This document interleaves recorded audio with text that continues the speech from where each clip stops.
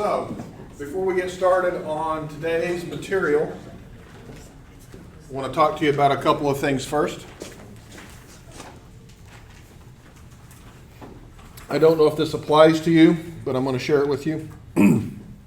If you are a freshman or a senior by hours, you should have received a email and you should have received something in your Canvas about what's called the NSSE, NSSE, the National Survey for Student Engagement. If you did receive one of those, please take the time to fill out that survey. That's a university-wide, well actually it's a national survey. We're participating in it. It gives you the opportunity as students to talk about the things that you have done during your college career, what you expect to get out of college, things that you think that the university could do to improve in delivering its services. And I can tell you that we take that survey very seriously. We offer that survey about every other year.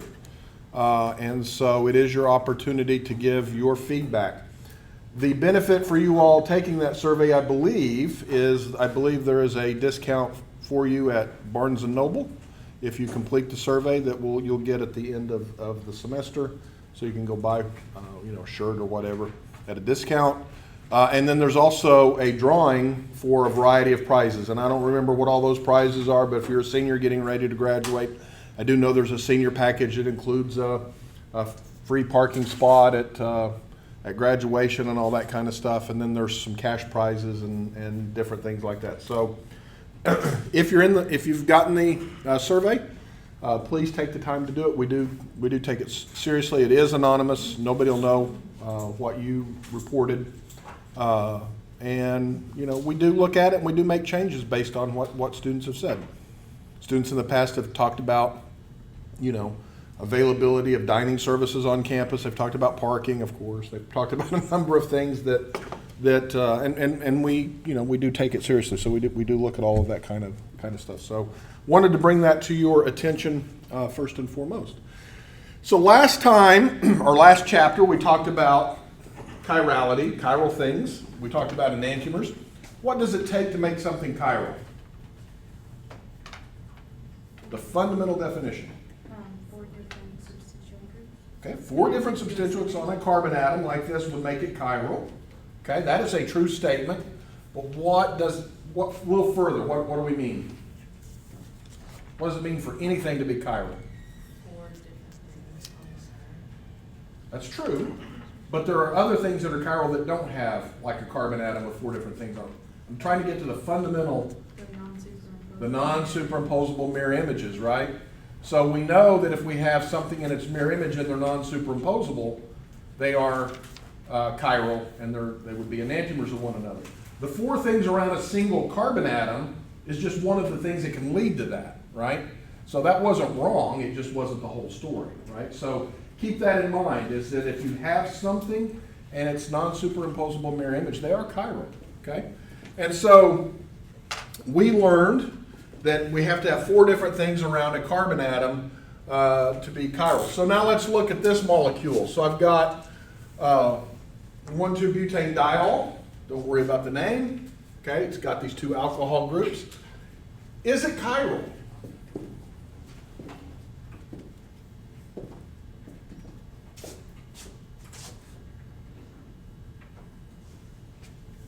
Is there a carbon atom with 4 different things attached to it? There's at least one, right?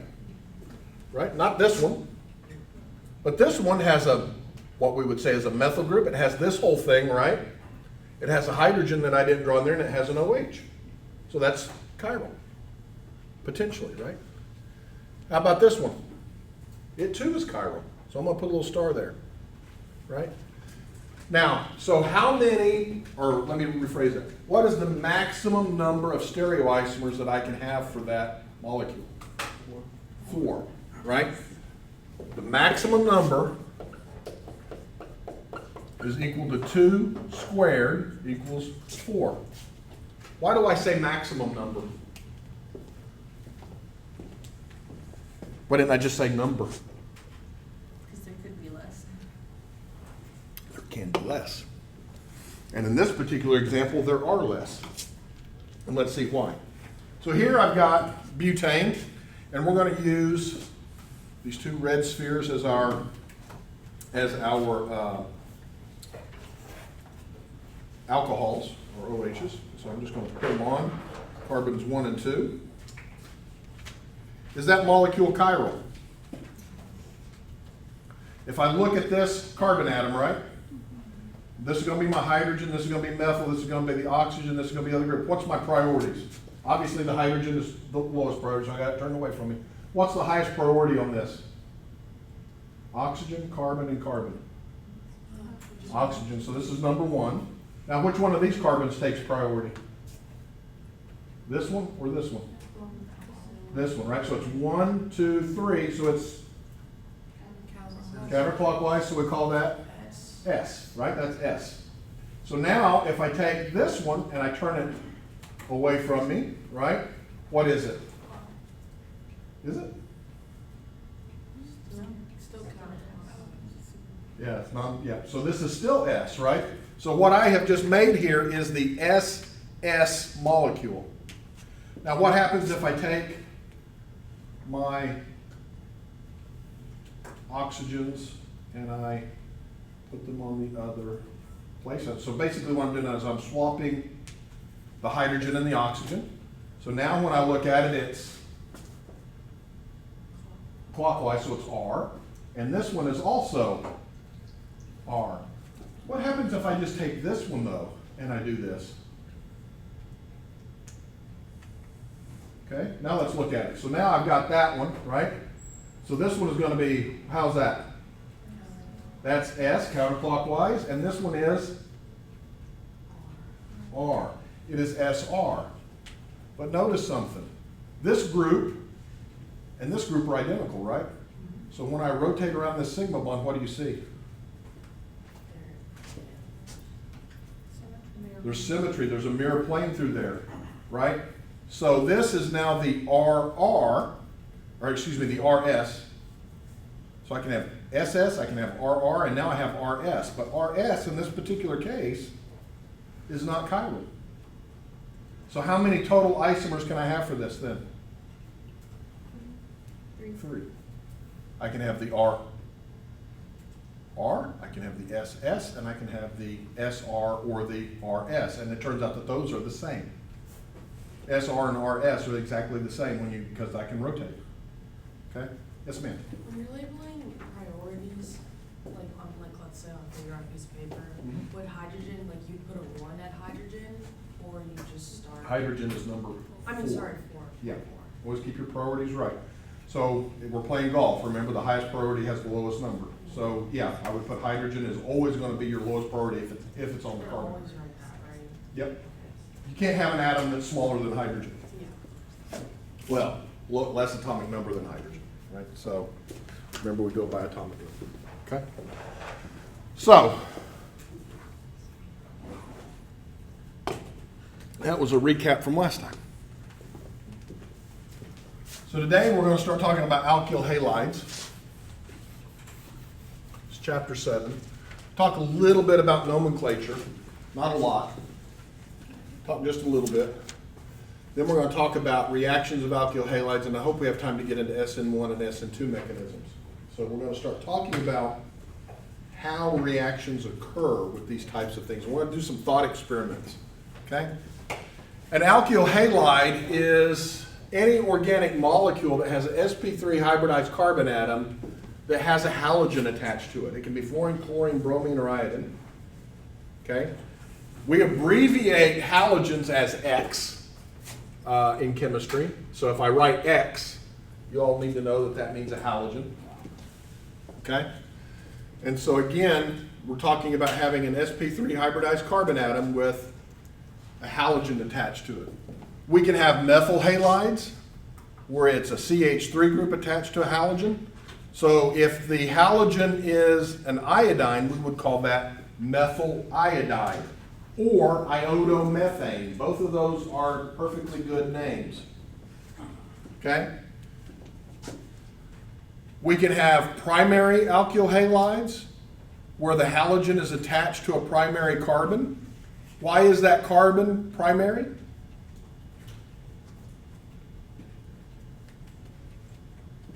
What does it mean to be a primary carbon?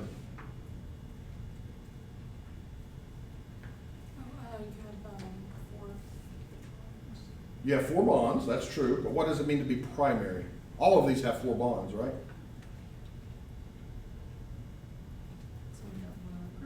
It's got one other bond to another carbon, right? So R, remember, is any carbon group. So a primary alkyl halide is going to be a halogen attached to a primary carbon. Secondary alkyl halide is going to be attached to a secondary carbon, and a tertiary alkyl halide is going to be attached to a tertiary carbon. Being able to identify what type of carbon it is going to be important when we start talking about the mechanisms of SN1 and SN2. It turns out that tertiary alkyl halides like to do SN1. Primary alkyl halides like to do SN2. Secondary are in the middle, and it depends on what happens. It's a little fuzzy gray area. Okay, we're going to learn a little bit about that. Okay, you're not going to learn as much as you would if you took my 255 class. I'm not going to go into it as in depth, but you do need to be able to recognize the different types of halogens. You need to be able to recognize the different types of reaction mechanisms. We're going to talk about kinetics a little bit in this chapter. What does it mean, kinetics? When you hear kinetics, what do you think? Energy, okay? Certainly we're going to be talking about energy. But what else? In your everyday life, when somebody says something is kinetic, what do they mean? Movement, fast, right? If somebody's kinetic, they're moving very, very quickly, right? And so you may have heard in the military terms of a kinetic kill vehicle. It just uses its mass and its speed to obliterate its target, right? There's no real explosion. Okay, so that's what we mean by kinetics. Okay? Let's talk about some common alkyl halides. You all are familiar with these things, whether you know it or not. If you like cooking with pots and pans that you don't have to do a lot of scrubbing on because it's got that nonstick coating, that nonstick coating turns out to be Teflon. In most cases, I think there are new coatings today, but the traditional one was Teflon. Okay? What do you all know about Teflon?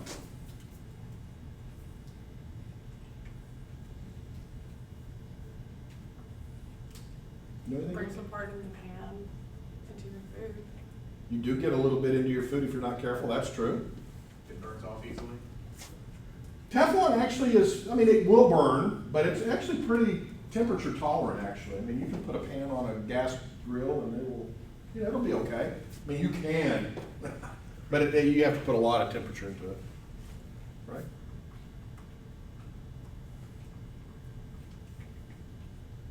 Teflon's used for a lot of things. In fact, the pants that I'm wearing right now have micro Teflon incorporated into them so that they are water resistant and that they are stain resistant.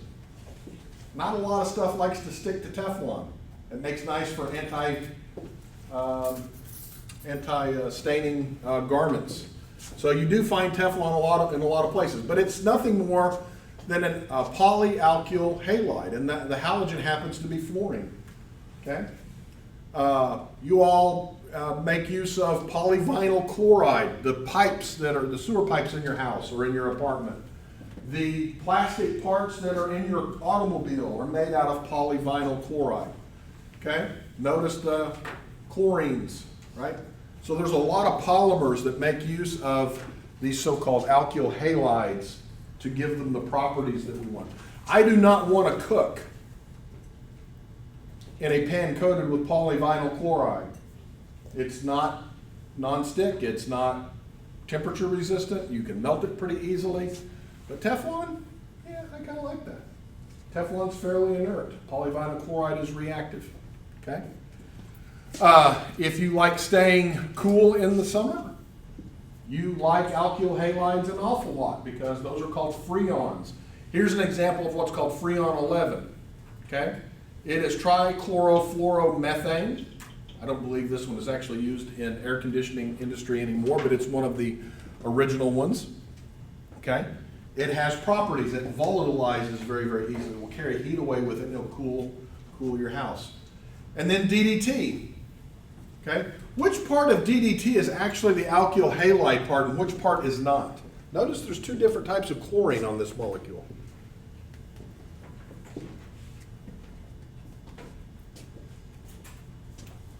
Is this an alkyl halide piece? What's the hybridization of that carbon atom? That's sp2, so it's not an alkyl halide, is it? The alkyl halide is just this piece right there, right? That's the sp3 hybridized carbon atom. So it's got a couple of different types of chlorine. Does anybody know anything about DDT? Well, I think you're thinking DEET. Yeah, DEET. But this does have something to do with insects a little bit.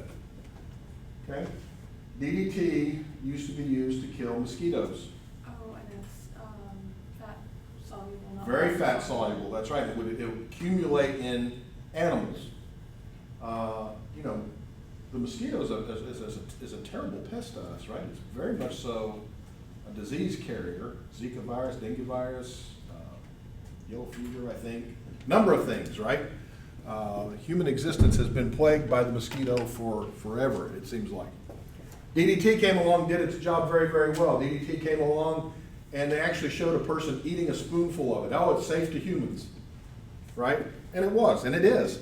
The problem is that it got in the waterways, it got in the food chain, and turns out that bald eagles were taking this in somehow, and the eggs that they were laying had very brittle shells because of the DDT, and they were not viable chicks. Well, that created a problem, and then all of a sudden you had the bald eagle being on the endangered list for a while. We have since stopped using DDT. The bald eagle has made a comeback, and so that's just a little history of DDT, but it was a very powerful anti-mosquito kind of compound. Here's some other examples. Chloromethane is shown up there at the top, CH3CL3. You might think that these are all man-made or people-made molecules, but they are not. Chloromethane, you'll find the giant kelp and algae in the ocean will manufacture small quantities of chloromethane. And it's also been found in the emissions of Hawaii's Kilauea volcano. It actually spews some of this out into the environment. So these things, while largely considered to be toxic and hazardous and all that kind of stuff, are produced somewhat in nature. Dichloromethane, CH2Cl2. You can also call this methylene chloride is the common name. If you come up to my lab, the bottles are actually labeled methylene chloride instead of dichloromethane. Methylene chloride, anytime you have a CH2, organic chemists call that a methylene group. Right? So if you have CH2 whatever, that CH2 is a methylene group, and so it's got this name of methylene chloride. You can call it dichloromethane, that's the appropriate name, and that's fine too. This molecule is very useful in organic chemistry. It's essentially the solvent that we run most of our reactions in upstairs. And it's also been used to decaffeinate coffee. So they will take coffee beans, they'll grind them up, and they will add dichloromethane to it. That will pull the caffeine out of the bean. You then drain off the liquid. You let the beans dry, because dichloromethane, if I put a little jar of it out here, you would see it evaporate very readily. It evaporates very quickly. And you can decaffeinate coffee. Problem is dichloromethane is a potential carcinogen. So be careful when you buy your decaffeinated coffee.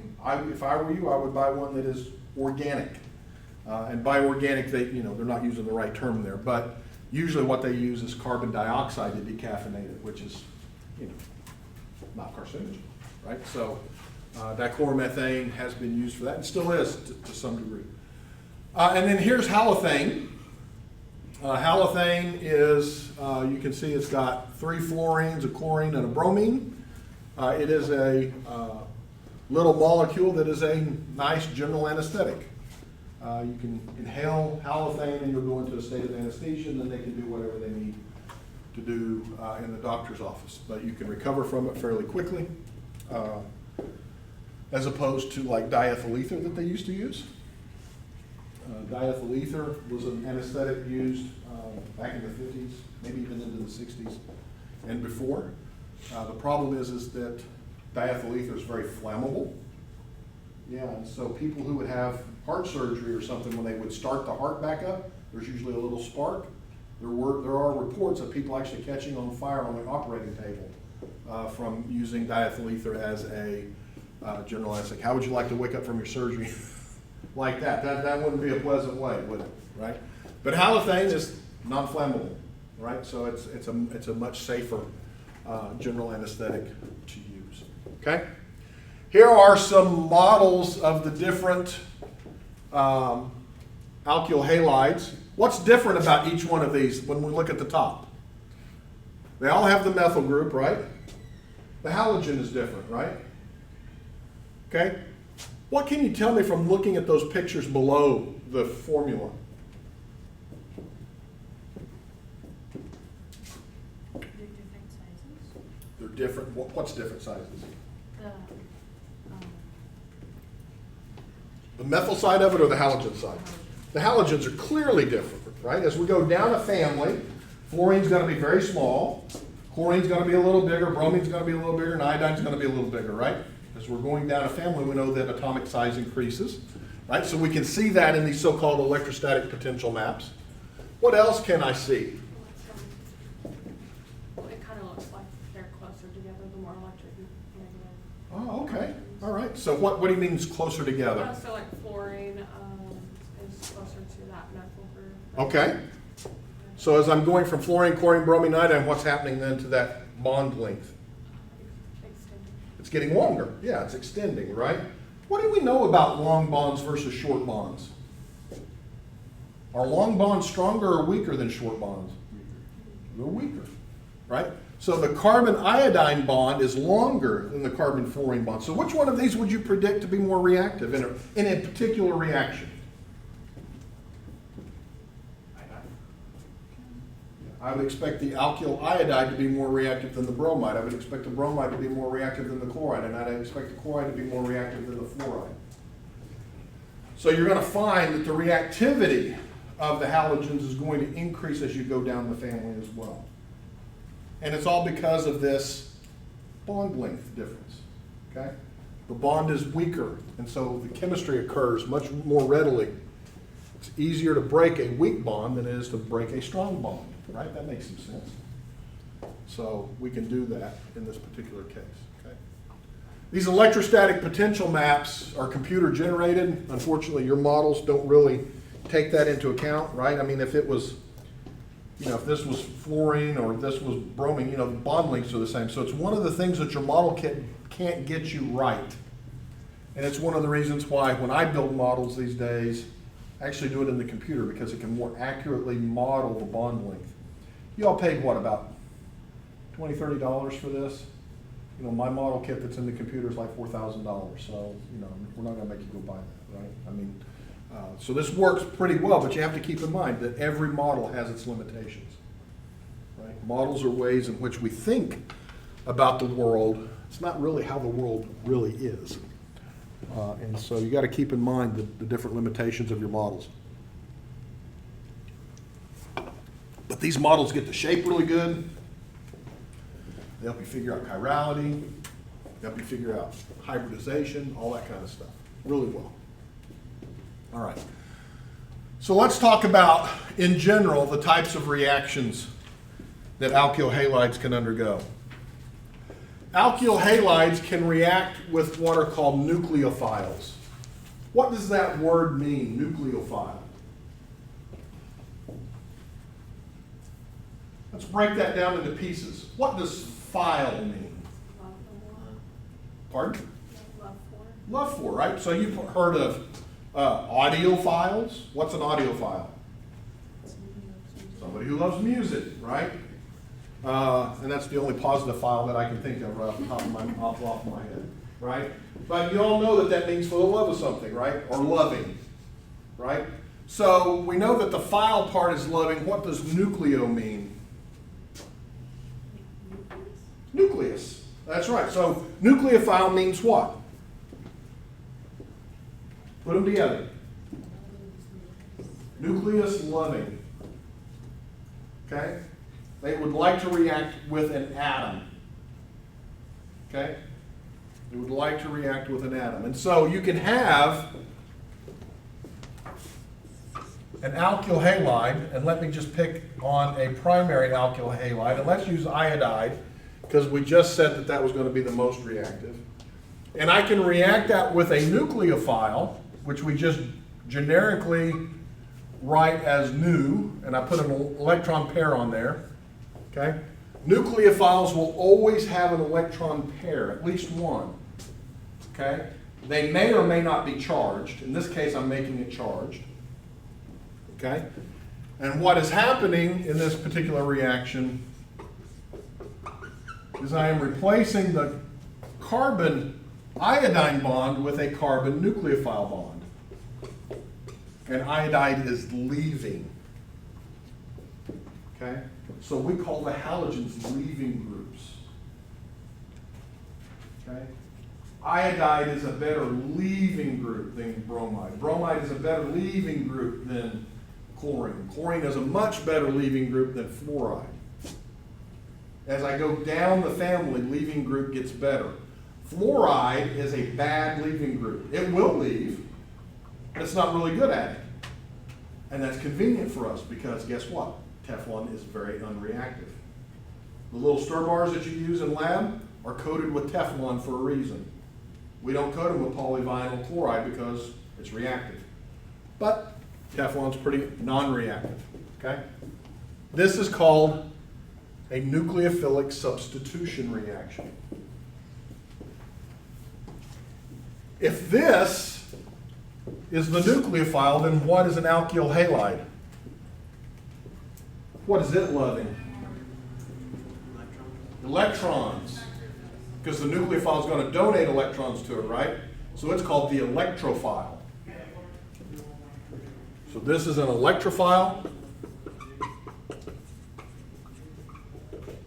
And this, of course, nucleophile. Okay?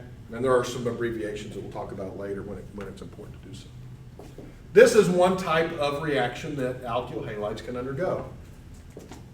Guess what? It's very, very important because imagine now, instead of just a generic nucleophile, I take something like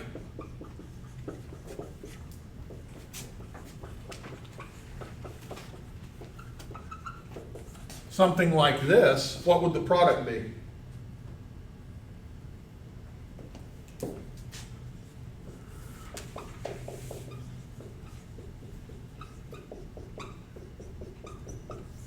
What's important? What did I just do that's amazing in this simple little reaction? The amazing thing was I just made a carbon-carbon bond. It's the hardest thing in chemistry to do. You all are going to learn how to do the hardest thing in nature. The hardest thing is to take what Mother Nature has given us and build it up into new things by making new carbon-carbon bonds. Okay? And we're going to learn about how this really happens in the mechanism. But the important thing is I just made a carbon-carbon bond. Okay? So alkyl halides are very, very important to the what we call synthetic chemists, like myself, people who make things. Okay? I go into the lab and I synthesize things.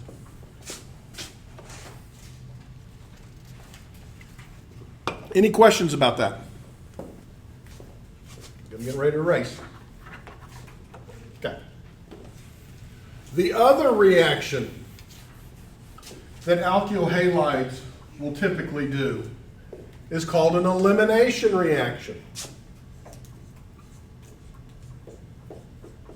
So the example that they give is very generic, plus a base, okay? And you end up forming alkenes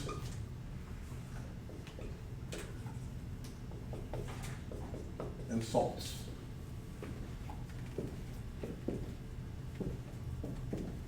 Why should you be confused right now?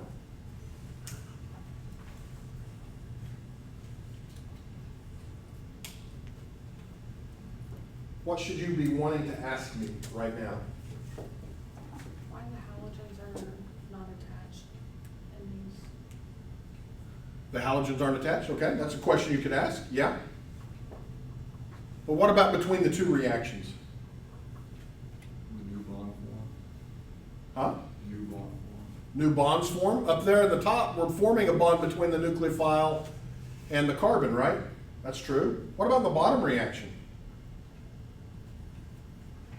There's new charges.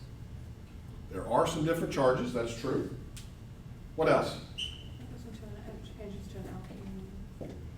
Okay, we go from an alkane to an alkene. True. What else?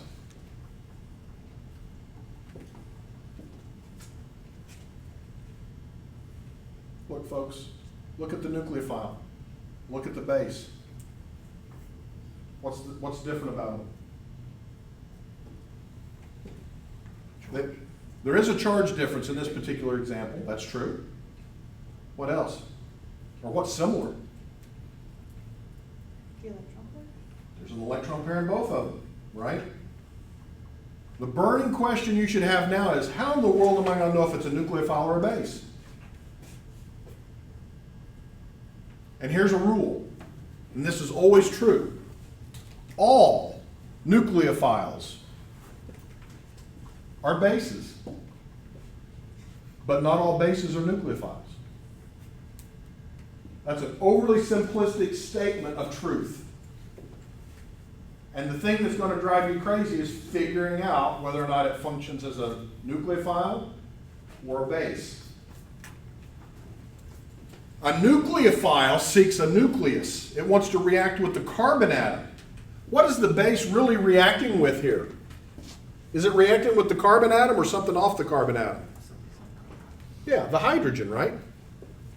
I'm making a bond between the base and the hydrogen, not between the base and carbon, like I did up there, right?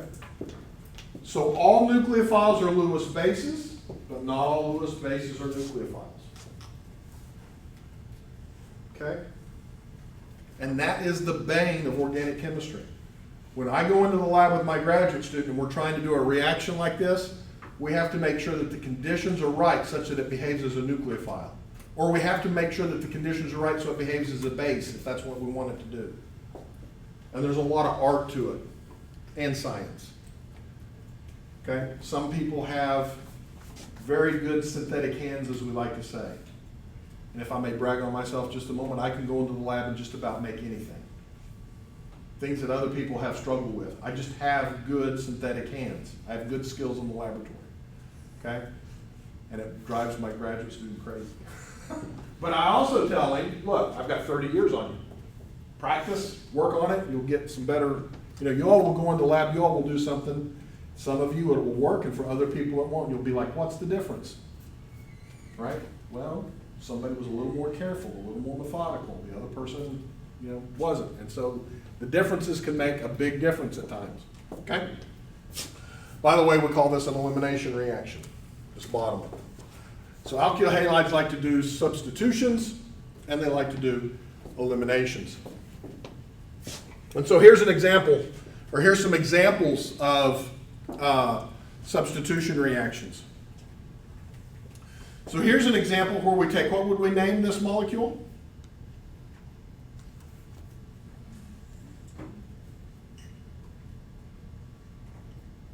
How would we name it?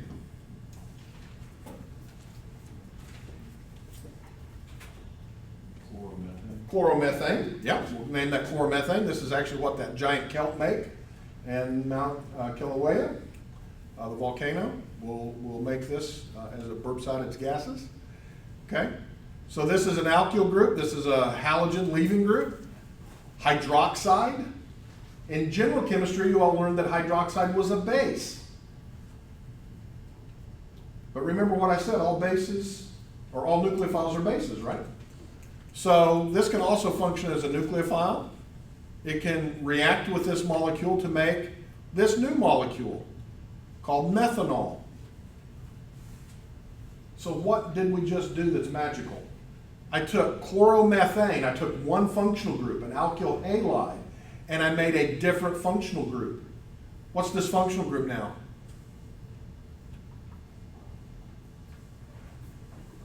That's an alcohol.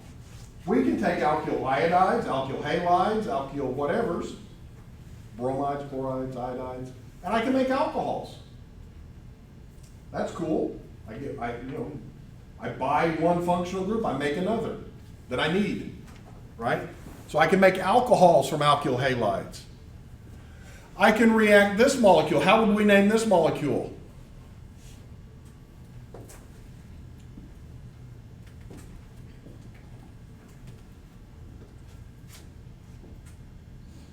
What's the parent?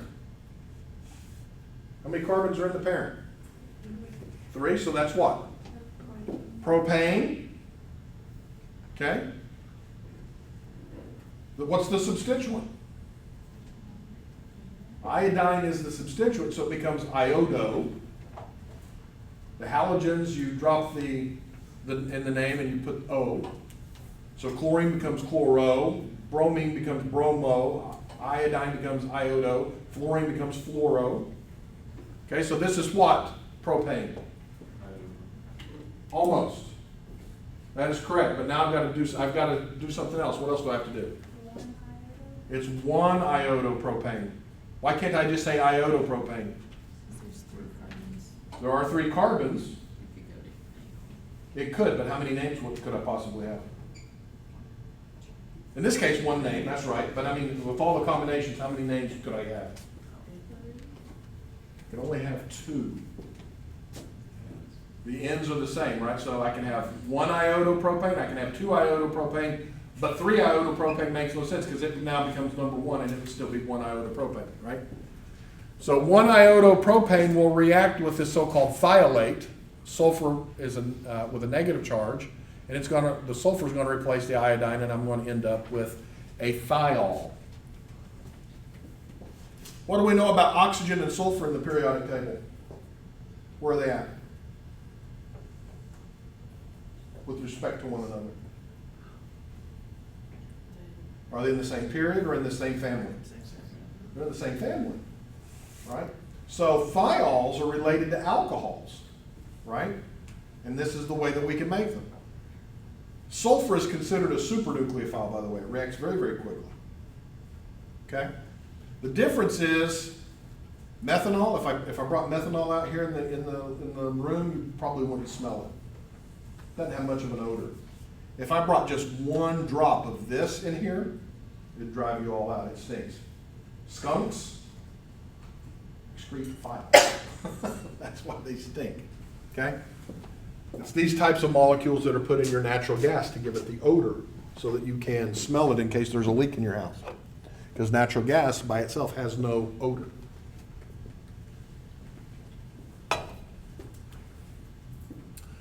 Right, so we're getting alcohols, we're getting thiols. Here we've got, what would we name this molecule?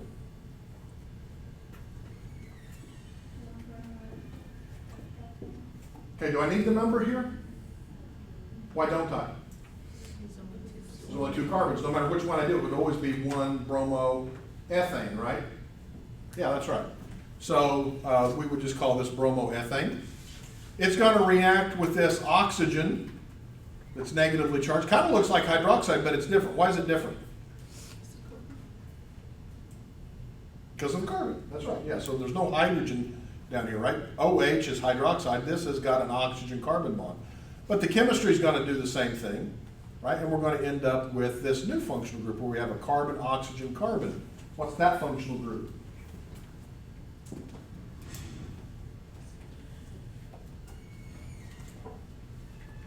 That is the ether functional group. So what did we just learn? We can take alkyl halides and we can make alcohols, we can make thiols, and we can make ethers with these simple types of reactions. So I hope what you're seeing is that, my gosh, we can do a lot of work with alkyl halides. You can. We can do a lot of work with alkyl halides. We can make a lot of things. Anytime you go to a pharmaceutical company and they're making drugs, you will see alkyl halide after alkyl halide after alkyl halide on their shelf. They use various types of alkyl halides to do the chemistry that they're doing. Okay? So these are just some examples. And in all cases, I know that these things are behaving as nucleophiles, not because of what it says up there, but because of the products that I'm getting. I'm not getting any alkenes, am I? So all of these things are going to function as a good nucleophile. Okay? So we know that. We can look at the products. Okay? And so what you'll find is, we can use various hydroxides, so sodium hydroxide, lithium hydroxide, or potassium hydroxide. Doesn't really matter. We can react that with an alkyl halide. We can make an alcohol, and you get sodium bromide in this particular case as a byproduct. The bromine had to go somewhere, and the sodium had to go somewhere. The sodium is just a spectator ion. It doesn't participate in the reaction, at least directly, right? But I can't have a bottle of just negatively charged stuff, can I? Why not? Short answer is because Mother Nature gets really ticked off when we do that, right? Mother Nature likes to have everything balanced. So for every negative charge we have in the universe, we need to have a positive charge to counterbalance that, okay? And that's why we have to draw it all out like this, even though the sodium is not involved in the actual reaction itself, okay? We can also have neutral nucleophiles, that is, nucleophiles that have no charge. This is an example of a molecule called trimethylamine. Very odorous, smells like rotten fish, okay? But it's a nucleophile. It's got a lone pair of electrons. It's not negatively charged, it's neutral. It too will react with the alkyl halide, and it will make a new carbon-nitrogen bond. But notice, on this side of the equation, everything is neutral, and on this side, everything is charged, but it's balanced. Why? Because plus and minuses gives us 0, right? So overall, there is net 0 charge on the right, there is net 0 charge on the left. So when you're thinking about that reaction arrow, the reaction arrow tells you that starting materials are converted into products, but it also means equal. On both sides of that arrow, things have to be equal.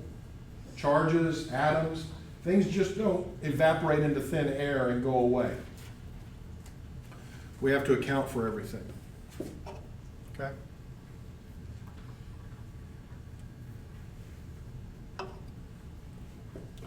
So we've just learned that the leaving group X is a good leaving group. And it turns out that if we think about the periodic table, right? Fluorine, chlorine, bromine, and iodine. What happens to acidity as we go down?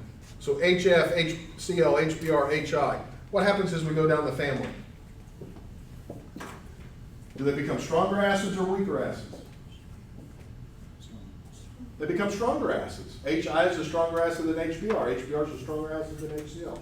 Right, this is some chapter 2 stuff. Uh-oh, stuff's going to have to keep being remembered, right? And it turns out we just learned that iodine is a better leaving group than bromide. So what does that tell us?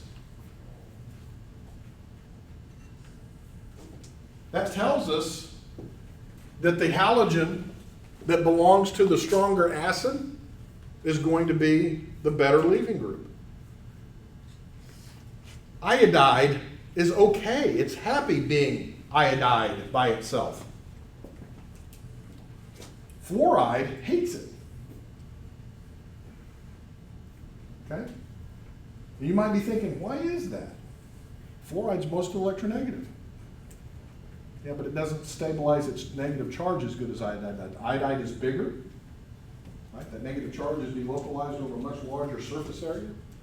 It's better. Right? So what we need to know here is that the weaker the base, the better the leaving group. Iodide is a weaker base than bromide. Bromide is a weaker base than chloride. Chloride is a weaker base than fluoride.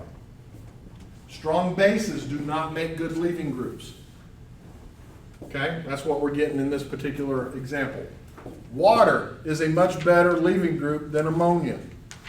Okay? Because of the basicity. Water is not as strong a base as ammonia. Okay? And so we know as we go down the family, iodide is the weaker base, it's going to be the better leaving group. You can put this in your notes, or you can just remember the periodic trend. As I go down the family, what happens to the leaving group? It becomes a better leaving group, right? So you need to know that. All right, and this is just another example, so just focus on the halogens here, right? So you can clearly see if I look at the pKa's, the more negative the pKa, the weaker the base, right? So you can clearly see that that follows the pKa's that we learned about in chapter 2 very, very nicely. Okay? And these are actually very bad leaving groups. Okay? Fluoride is not a good leaving group. Thankfully for us, because that means that Teflon's not very reactive. Got that. Hydroxide, it's a good nucleophile. It's not a very good leaving group. NH2, we call that amide, okay? A very poor leaving group. Hydrogen, as H minus, is a very bad leaving group. The hydrogens just don't leave your molecule, which is nice. And then carbons, negatively charged carbons, are very poor leaving groups. I can show you some examples where that's not true, but we're not going to get into that, okay? And it has to do, notice it follows pKa. Of these, which is the better leaving group in this group? What is the better leaving group in this group? Fluoride.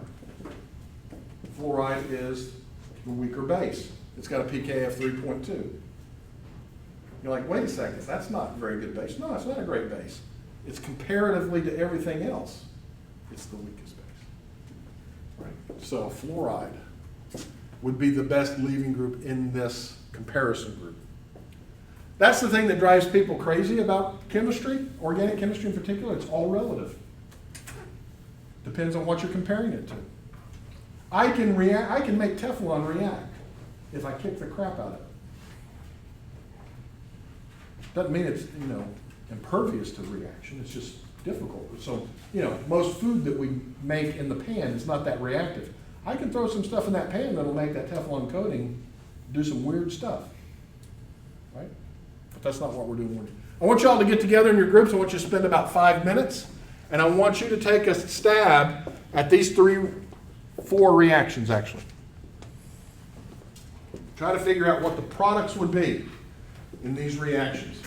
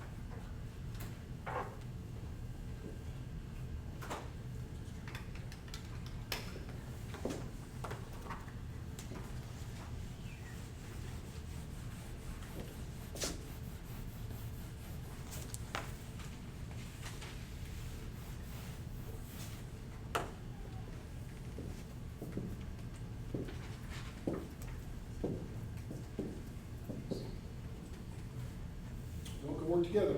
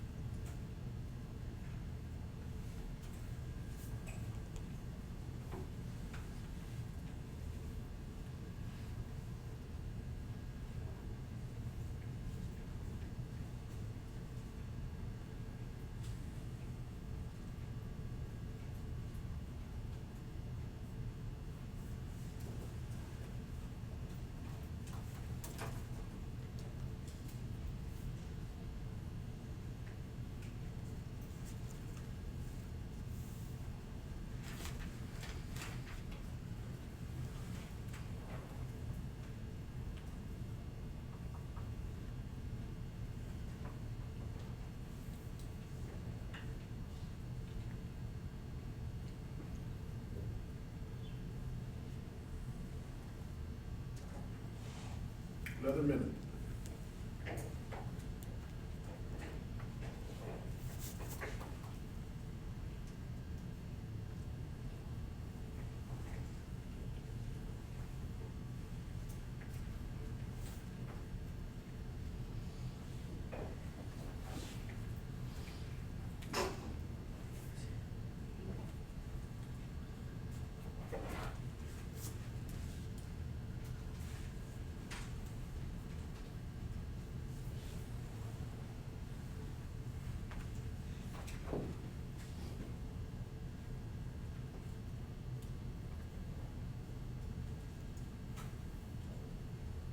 All right, now that you had to sit and stare at some real problems, what are you struggling with?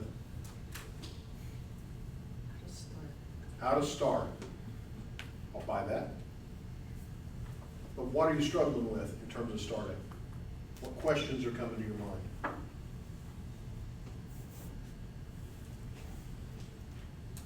At this point in the semester, right, you should be formulating some questions when you look at these molecules. What are you struggling with? Maybe you're struggling with where to start, and you should be. Well, what about it? What does that mean? What does it mean to struggle to start? What are you trying to identify? How the product's gonna be formed, Okay, like where, yeah, that's true. And we haven't talked about mechanism yet, have we? We have not. So you're still kind of struggling. You're still wanting more. How does this work? Right? So far, I haven't really showed you how it works. So I expected you to struggle. What else were you trying to struggle with? Remember, we talked about electrophiles and nucleophiles, right? And that the nucleophile replaced the electrophile, right? So, or the leaving group, right? So what are you struggling with there? You should be struggling with, how do I know what's the nucleophile? Right? What's the leaving group? So let's work through these together. And we're going to take our first example. How would I name that? What's the name of that molecule?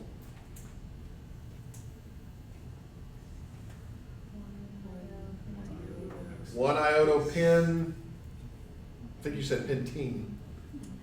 Pentane. One iodopentane. Okay, I'm going to take one iodopentane and I'm going to react that with NaN3. What's the nucleophile? What do we know about sodium? What did you learn in Gen Chem about sodium? It's either in its metallic form and it's highly reactive, or we find it as what? As in salts. And it always has what charge? Sodium? Always has a positive charge, right? And it always has a positive 1 charge. So when I see sodium anything, I think Na plus and N3 minus. Now what's the nucleophile? Is it the sodium or the N3 minus? N3 minus. And why? Because it has electrons. Yeah, sodium has no lone pairs of electrons, right? It's sodium plus. N3 minus, that minus charge tells me I have to have at least 1 pair of electrons. I don't know where they are. I haven't drawn out the Lewis dot structure. Didn't have to though. This is going to be my nucleophile. This is my electrophile, right? So N3 is going to replace the iodine.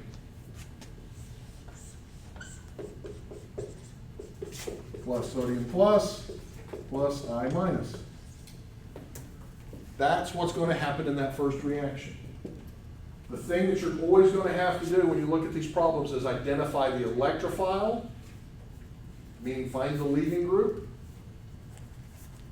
and find the nucleophile. Okay? So that's the first step in this one. Let's look at the second one.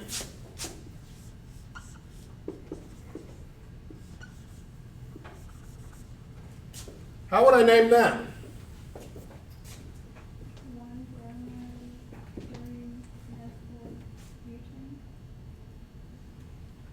Yep.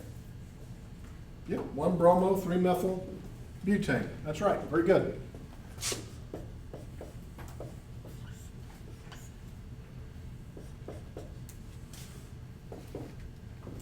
So I know where the electrophile is. It's the carbon with the halogen, right? What's the nucleophile?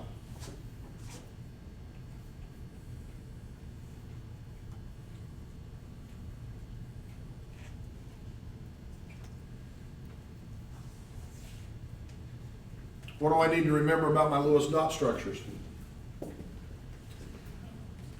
Right, when I look at this nitrogen, I know nitrogen is in the second period, so it follows the octet rule. It's bound to a hydrogen, it's bound to a carbon, it's bound to another carbon. So it's got 3 bonds, which account for 6 electrons, but it has to satisfy the octet rule. So where do the other 2 come from? A lone pair. Did I draw it? No, but I have to know it's there, right? So when I see things like this, I always go in and draw in the lone pair of electrons. So now what's the nucleophile? The nitrogen. So I know that the nitrogen is going to attach to this carbon and the bromine's going to leave. And I'm going to end up with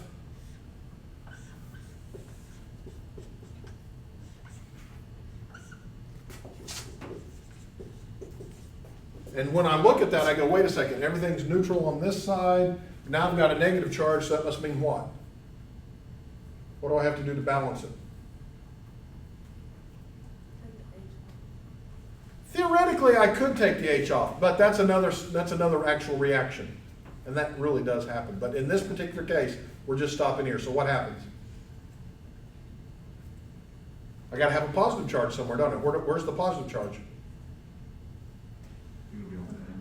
It's going to be on the nitrogen. Right? Nitrogen comes in with how many valence electrons? 2 or 1. Valence? 5. Comes in with 5. It formally owns how many now? 4. 5 minus 4 is always plus 1. So we just formed a salt. Okay? So that's good. I'll leave this one for another day. It's a little more complicated. Brain twister. It's actually multiple reactions in one, so to speak. But how would we name the starting alkyl iodide? 1 iodide cyclics. It's like, Why do I need a number? Do I need a number? actually, I don't. So I'd call this iodocyclohexane. Okay. I would call it iodocyclohexane. I don't need the number. Okay. Remember that. Don't need the number in that particular case. All right. Here are some common nucleophiles. I highly recommend you memorize these. You can put them in your notes. These are things you're going to have to know. There are negatively charged nucleophiles and there are neutral nucleophiles. The negatively charged nucleophiles almost always are more reactive than the neutral ones. Okay? And that's okay. But your negatively charged nucleophiles are going to be things like hydroxide, N3 minus, which is called azide, CN minus, which is cyanide. The halogens, believe it or not, the halogens can actually function as nucleophiles, which is kind of cool. We can have sulfur nucleophiles. SH minus is a good nucleophile. We can have oxygen negatively charged that's attached to carbon. We can have carbon-carbon triple bonds where the carbon has the negative charge.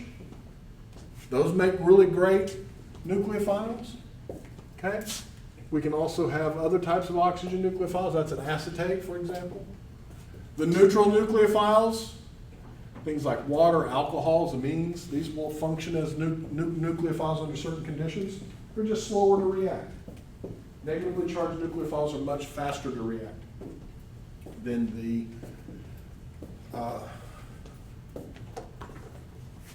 negatively charged ones. So I just told you that halogen can also be a nucleophile, but we also said that it's a good leaving group, right? That sounds kind of weird, doesn't it? There's this cool reaction, and we're just going to, how would I name that?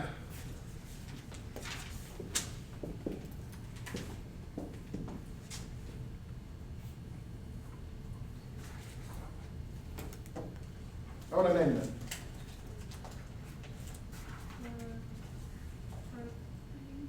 Chloropropane, I need a number. 2, did you say that? And I didn't hear it? I'm sorry. 2-chloropropane. Okay? I know that the chloride's not a great leaving group. I know that as I go down the family. And if I'm in lab and I've got 2-chloropropane and I want to do a reaction, I'm going to sit there and go, man, I wish I had the iodide. Wish I had 2-iodopropane. The reaction would go much quicker. I wouldn't have to wait overnight. I could just get it done before lunch. And it turns out there's a reaction. You don't need to write down the name of this reaction, but it's called the Finkelstein reaction, after the guy who invented it, Finkelstein. Okay? And it turns out that you can swap a chloride for an iodide very, very easily. You can react it with sodium iodide. In acetone solvent, so you dissolve everything in acetone. And what happens is you get 2-iodopropane in this case, plus sodium chloride. And the reaction is like this. It's not reversible, theoretically. Why is that? Anybody want to take a guess? This wasn't in your book, I'm asking you just a guess. Why might that reaction work? Doesn't it seem odd that I took a poor leaving group and replaced it with a good leaving group and it doesn't go back? Isn't that kind of weird? That's freaky. Why is that? I must not be telling you something. Right? What am I not telling you?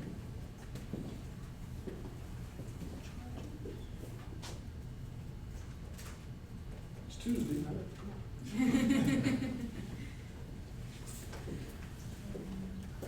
If it can't go back, what does that mean? If this can't go back and give me this, what does that mean about something over here? Something about equilibrium. Huh? Something with equilibrium. Something's more stable, okay, I could buy that. But even if it's more stable, you can still establish an equilibrium, right? It's just the equilibrium might be to one side or the other. And I'm telling you that this really isn't an equilibrium. So what must be happening? For things to be in equilibrium, they actually have to come into contact with one another, right? So something's happening to keep something away from something else. And this is really cool. It turns out, because iodide is so big in size, that sodium iodide, which is a salt, dissolves in acetone, which is kind of odd. This is an organic molecule. Salts typically don't dissolve in organic molecules, but sodium iodide does. But sodium chloride does not. So when the reaction happens, this is in solution. This rains out of solution like snow. You see this white stuff just precipitate out. It's no longer in the reaction. So what happens to the equilibrium? It all goes to this side, right? That's called Le Chatelier's principle. You learned about that in Chem 106 a little bit, right? If I use a solvent, this is really cool. If I use a solvent other than acetone that sodium chloride might be, so let's say I did this in water, which sodium iodide and sodium chloride are both soluble in, it actually favors this side of the equilibrium. Because iodide, it will form, but it's a really good leaving group, so the chloride reacts and it just goes back. We can play with this. This is the nice thing about being a chemist. I get to play with nature. I get to bend it to my will by playing with things like Le Chatelier's principle. Because I know the physical properties of these things. I can make it do what I want to do. Okay? And so it turns out that I can buy this for pennies. And if I bought this fresh, it costs dollars. It's literally that kind of ratio. So if I wanted to buy 100 grams of this, it's probably going to cost me about $200. If I want to buy 100 grams of this, it's actually going to probably cost me about 20 bucks and then $30 in shipping. Okay? So I buy this. This is dirt cheap. Acetone, that's just fingernail polish remover, ladies. And I can make that cheap, right, by using Le Chatelier's principle. So I never buy alkyl iodides. Well, I shouldn't say never. I rarely buy alkyl iodides because we can make them using this reaction. Okay? Where one halogen is going to function as the nucleophile, one is going to function as the electrophile, and we're going to play with Le Chatelier's principle. All right. So up to this point, I haven't told you how any of this happens. And I want you all to do a thought experiment. I want you to think about the ways in which a nucleophile could possibly react with an electrophile.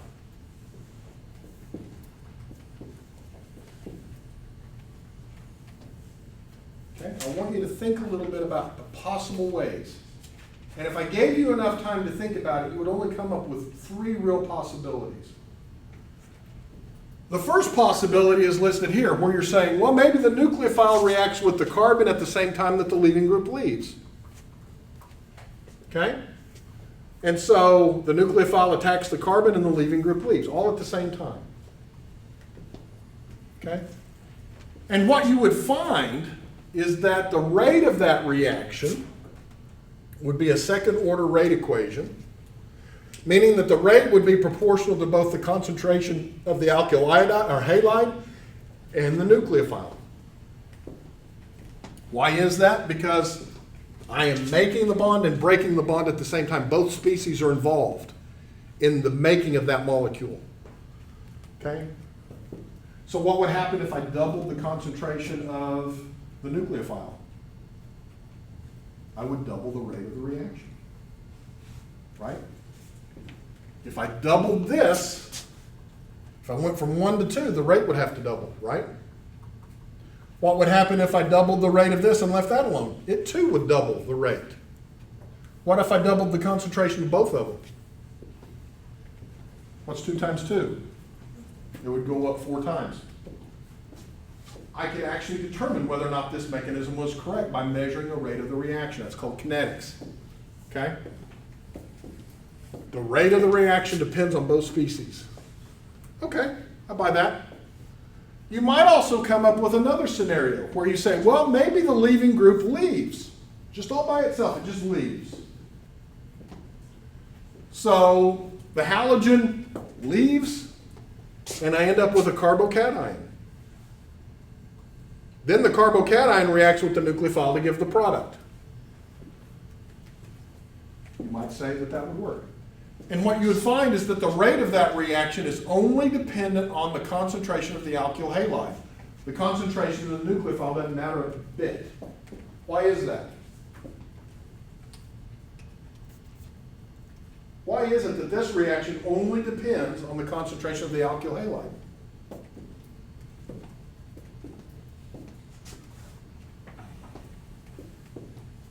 Think about it. Why is that? What am I doing in that first step? What's involved in that first step? Breaking a bond. Breaking a bond. Does that take energy or does that give energy off? Takes energy. That's going to be my rate determining step. It's going to be the slowest thing. Is the nucleophile involved at all in that step? It is not. So Jose could come in and say, I'm going to put in 3 times the amount of nucleophile. I should be done 3 times faster. Nope. Still takes the same amount of time. But if he tripled the amount of alkyl halide, he'd find that it increased very, very quickly. Okay? So that second step, the formation of the carbon nucleophile bond, is actually very, very fast. Okay? And it doesn't appear in the rate equation. So you can have a scenario where you think that you can break the bond before you make the bond. That's legitimate. Remember I told you that carbocations, we talked about carbocations before, they do exist. Can I put them in a bottle? They're intermediates, right? They're highly reactive intermediates. But this is possible. Then, the clever people that you are, you might have come up with a third opportunity to think about this. And you might say, well, if the leaving group leaves first, maybe we have a situation where the nucleophile makes its bond first before the leaving group leaves. This makes absolutely no sense, though. This is not possible. Why is it? At least for carbon. It is actually possible for some inorganic materials, but that's not possible here. Why is this not possible? What's the problem? Because we're running on 5.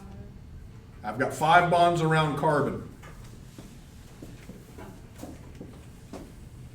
Can I have 5 bonds around carbon? I cannot. Right? It violates the octet rule. Carbon is in the second period. It can have no more than 8 electrons. Right? So this can't happen. So there's only 2 mechanisms that are going to be possible. The first one and the second one. The first one is called SN2. The second one is called SN1. And we're going to learn about that on Thursday. So I'm going to stop here. Thursday, we will have a quiz over Chapter 6. Make sure you have all of your Chapter 6 material done. I'll take that up on Thursday. That'll be the last day. Now, it's the last class meeting before spring break. No excuses. Got to have your stuff turned in anyway, okay? So, see you all on Thursday.